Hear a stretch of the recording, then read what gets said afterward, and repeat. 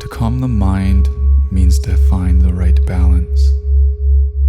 If you try to force your mind too much, it goes too far. If you don't try enough, it doesn't get there.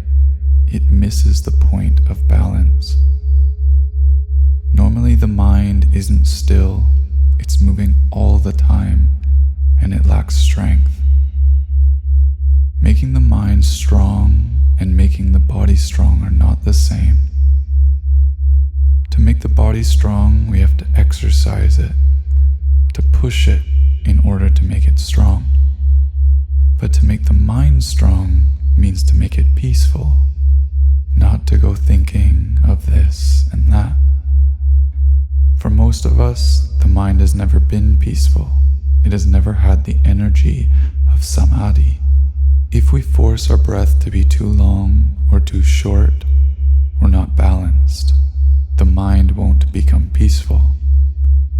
It's like when we first start to use a pedal sewing machine. At first, we just practice pedaling the machine to get our coordination right, before we actually sew anything.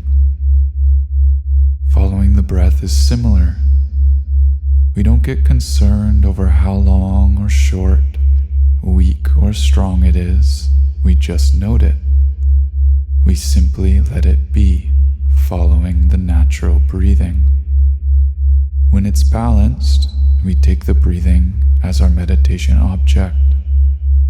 When we breathe in, the beginning of the breath is at the tip of the nose, the middle of the breath at the chest, and the end of the breath at the abdomen.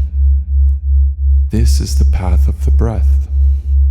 When we breathe out, the beginning of the breath is at the abdomen, the middle at the chest, and the end at the nose tip.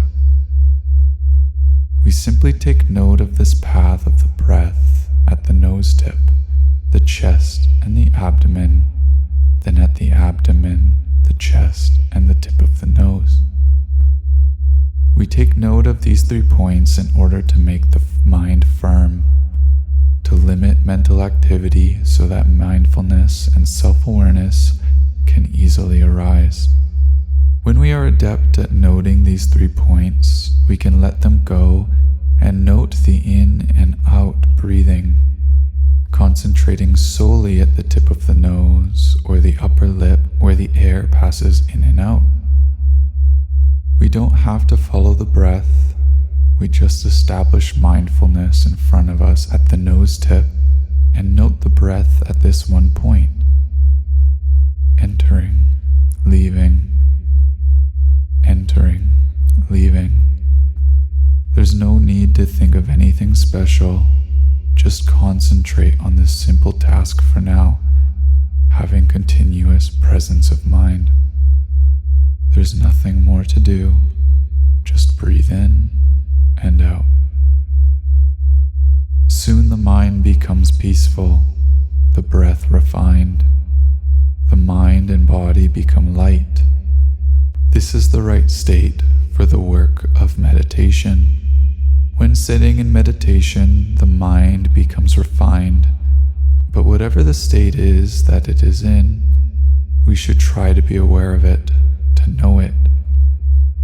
Mental activity is there together with tranquility.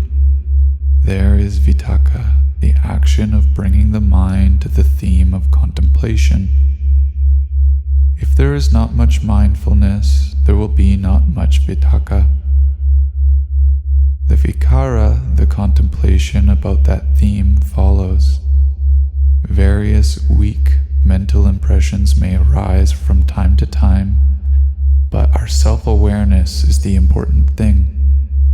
Whatever may be happening, we know it continuously. As we go deeper, we are constantly aware of the state of our meditation, knowing whether or not the mind is firmly established. Thus, both concentration and awareness are present. To have a peaceful mind does not mean that there's nothing happening. Mental impressions do arise. For instance, when we talk about the first level of absorption, we say it has 5 factors. Along with vitakka and vikara, rapture arises with the theme of contemplation, and then happiness. These 4 things all lie together in the mind established in tranquility. They are one state. The 5th factor is ekaggata, or one-pointedness. You may wonder how there can be one-pointedness when there are all these other factors as well. This is because all become unified on that foundation of tranquility. Together, they are called the state of samadhi. They are not everyday states of mind, they are factors of absorption. There are these 5 characteristics, but they do not disturb the basic tranquility. There is vitakka, but it does not disturb the mind. Vikara, rapture, and happiness arise, but do not disturb the mind. The mind is, therefore, one with these factors. The first level of absorption is like this. We don't have to call it first jhana, second jhana, third jhana, and so on. Let's just call it a peaceful mind. And the mind becomes progressively calmer. It will dispense with vitakka and vikara, leaving only rapture and happiness. Why does the mind discard vitakka and vikara?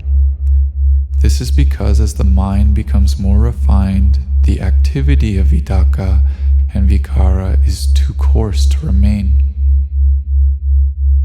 At this stage, as the mind leaves off vitakka and vikara, feelings of great rapture can arise. Tears may follow.